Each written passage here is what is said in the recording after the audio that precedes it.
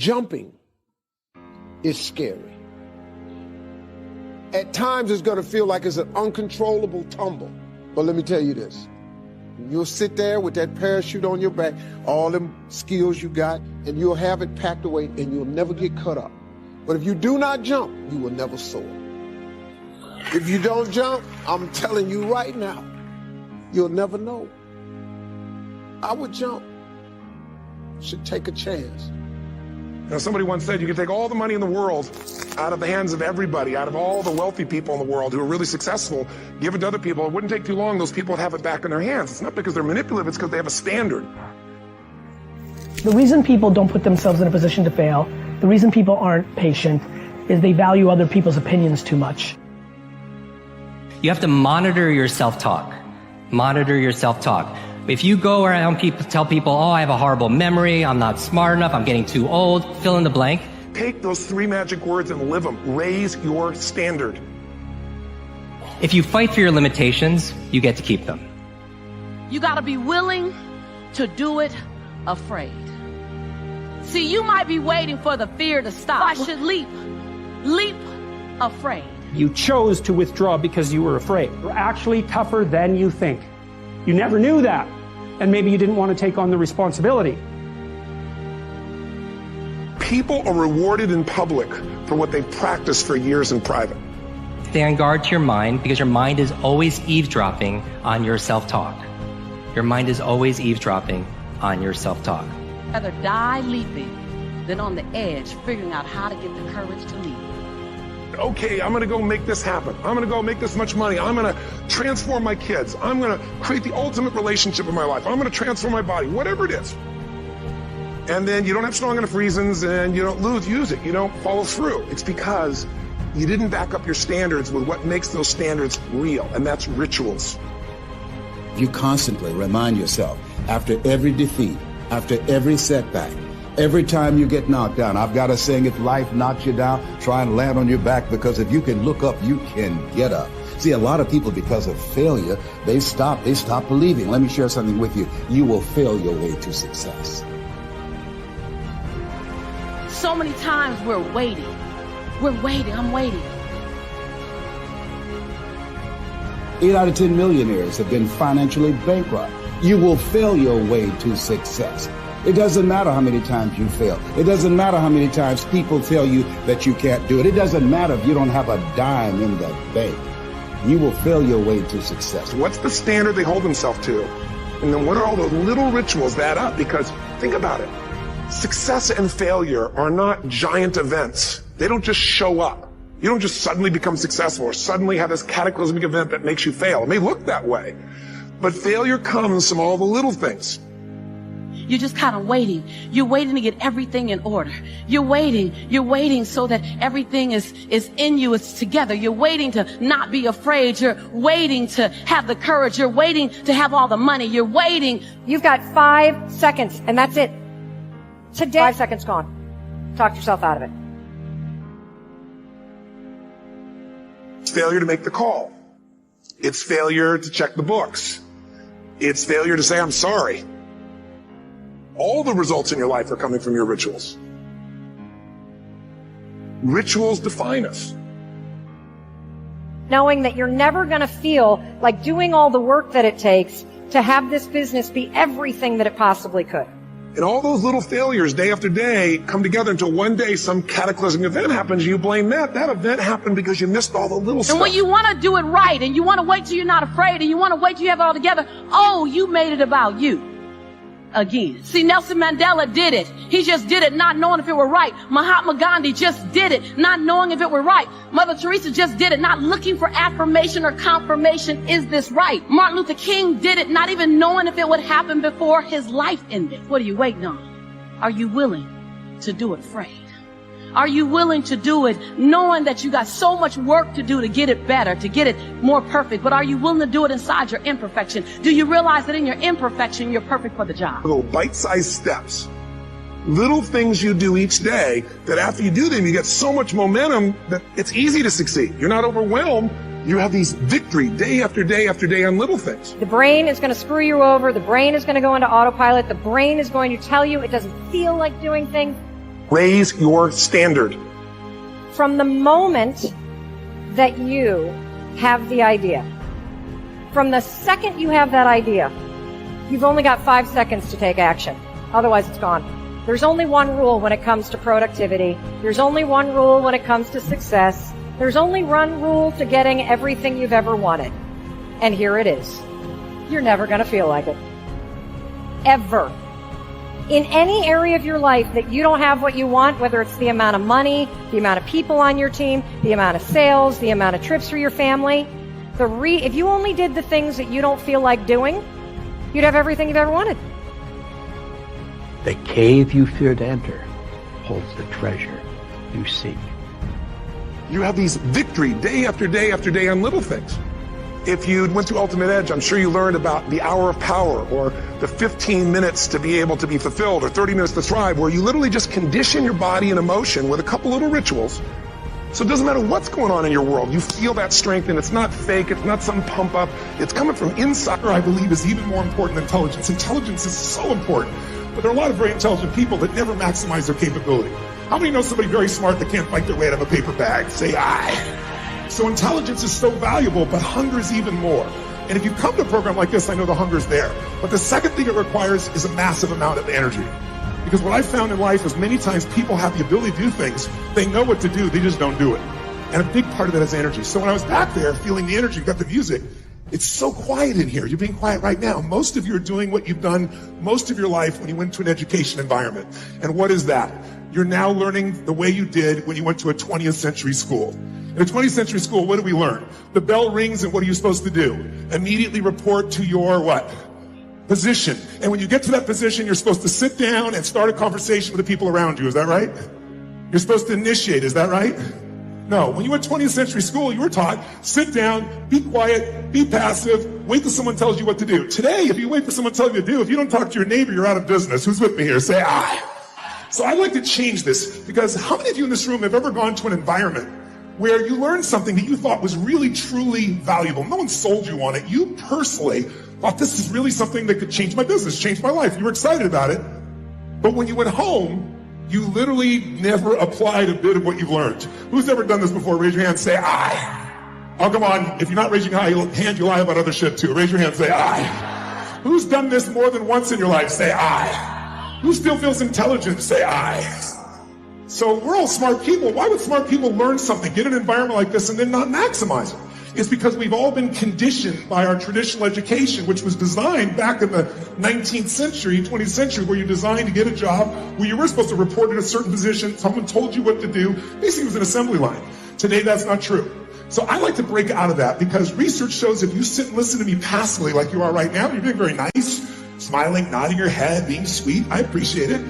But if you do that, research shows 3 months from now, you'll remember about 10% of what was said, which basically was wasting your time, wasting mine too. I don't want to waste yours, much less mine. So if you listen and take notes, it jumps up to the 40, 50 percentile, even if you never look at the notes again. Because just writing it down drives the groove deeper. So I'd encourage you to do that. I don't see many of you with any form of notes, but I know you have your phones. Some of you do, but if you have no notes, you must not have had a very high expectation of much value coming out of this session, clearly. But thirdly, if you physically engage your body, which is what I like to do, your voice, your body, your energy, engagement is part of what we're going to talk about here in business. It's the most pathetic level in a long time worldwide. Even though we have all these tools for productivity, we have all these tools for distraction. And as a result, most people are not maximizing. So if we want to transform, the thing we really need to be able to shift is get ourselves engaged at a different level. So what I'd like to ask you to do is, from here on out, if you're willing to, is let's start with some energy. Because let me ask you a question. If you have two people in a relationship, let's just go intimate for a moment.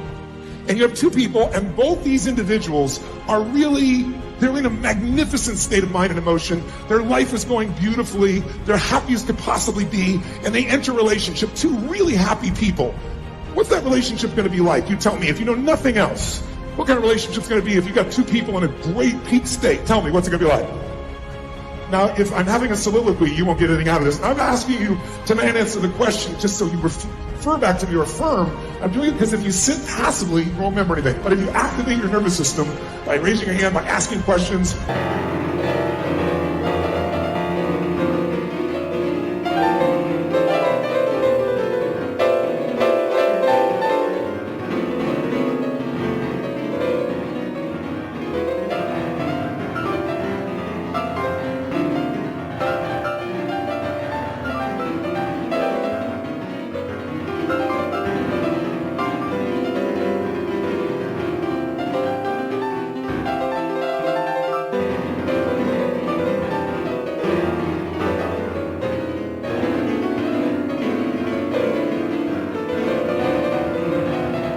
by yelling out the answer, then if you rise. Who's willing to do this? If you are, raise your hand, say, "I." Become a good student of your own life. It's the information you are most familiar with and feel the strongest about. So make your own life one of your most important studies. And in studying your own life, be sure to study the negative as well as the positive, your failures as well as your successes. Our so-called failures serve us well when they teach us valuable information. They're frequently better teachers than our successes. One of the ways we learn how to do something right is simply by doing it wrong. Doing it wrong is a great school for learning. Now I would suggest that you not take too long. If you've done it wrong for 10 years, I wouldn't suggest another 10. But what a close at hand and emotionally impactful way to learn from your own experiences. When I met Mr. Schoaf, I had been working 6 years. I started when I was 19, and when I met him, I was 25. He said to me, "Mr. Rohn, you have been working now for 6 years. How are you doing?" I said, "Not very well." He said, "Then I suggest you not do that anymore." 6 years is long enough to operate the wrong plan. Next he asked, "How much money have you saved in the last 6 years?" I said, "Not any." He said, "Who sold you on that plan 6 years ago?" What a fantastic question. Where did I get my present plan that wasn't working well? Hey, everyone has bought someone's plan. The question is, whose? Whose plan have you bought? Now, those initial confrontations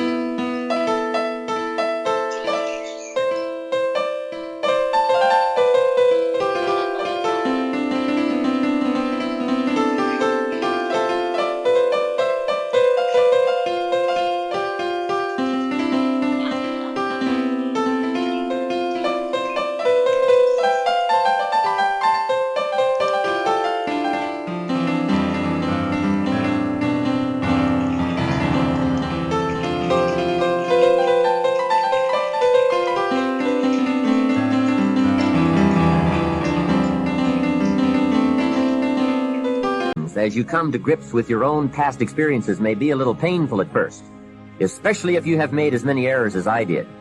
But think of the progress you can make when you have finally confronted those errors by becoming a better student of your own life. Now, the next way to learn is from other people's experiences. And remember, you can learn from other people whether they have done it right or wrong. You can learn from negative as well as positive. The Bible is such a great book because it is a collection of human stories on both sides of the ledger. One list of human stories is called examples. Do what these people did. And the other list of human stories is called warnings. Don't do what these clods did. What a wealth of information. What to do and what not to do. I think it also means, however, that if your story ever gets in somebody's book, make sure they use it as an example, not a warning. There are 3 ways to learn from other people. The first is to listen to the cassettes and read the books by and about people who've accomplished great things. All the successful people I know and work with around the world are good readers. They just read. They are so curious that they are driven to read because they just have to know. It is one of the things they all have in common. Here's a good phrase: all leaders are readers. And they use cassette programs too, especially while they're in the car or during other times when they can't read. Cassettes can help all of us easily pick up new ideas and new skills. Now, you don't have to read or listen to educational cassettes half the night. Although if you're broke, it's a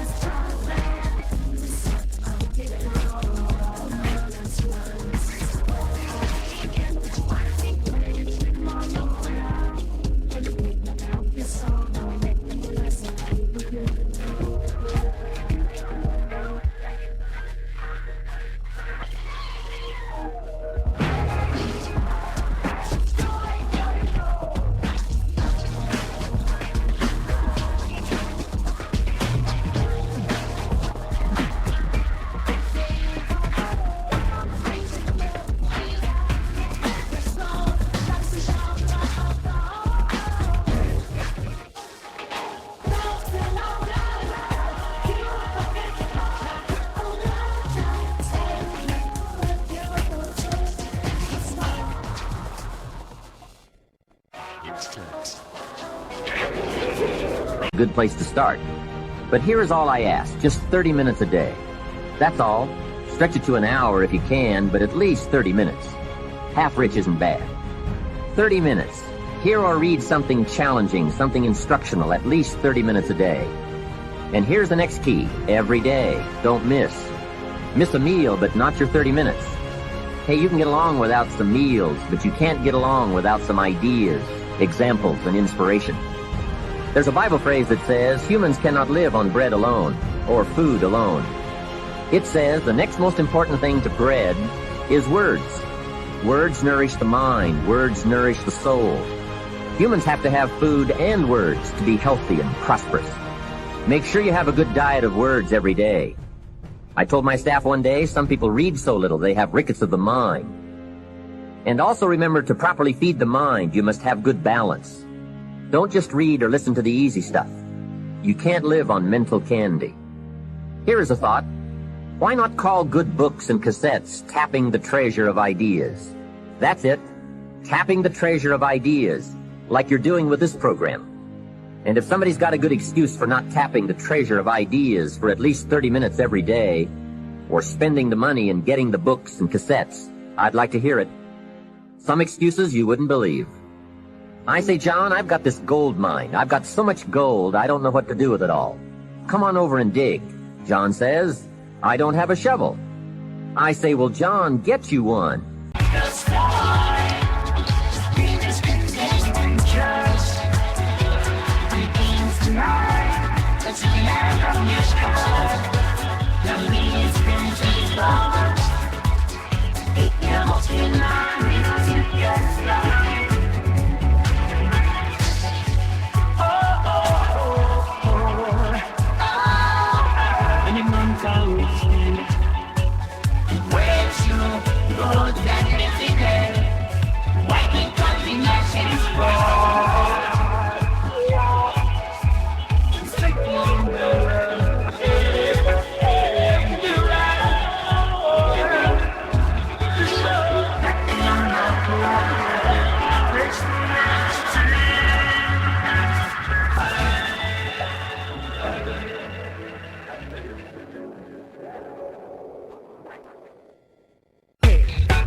He says, do you know what they want for shovels?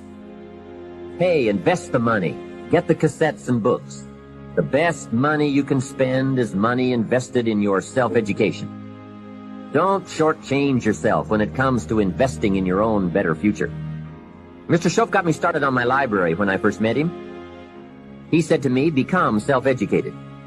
Standard education will get you standard results. Check those numbers and see if that's what you want. And if it isn't, if you want something better than standard, you must become self-educated. So I went to work on my library, and I now have one of the best. Shoaff said repetition is the mother of skill. And if you could have seen my bank account at the time, you would have known I needed lots of that kind of repetition. Some of the ideas in that book made major changes in my life. As I look back now, the book was worth thousands, and I bought it for pennies. I learned a very valuable lesson. There can be a great deal of difference between cost and value. Before I met Mr. Shoaff, I used to ask, how much does it cost? After I met him, however, I soon learned to ask, how much is it worth? I started basing my life on worth instead of cost, and everything changed. Remember, don't be a follower, be a student. Someone says, I read this book, should I follow? And the answer is no. Read at least 2 books and make up your own mind. Don't be a follower, be a student.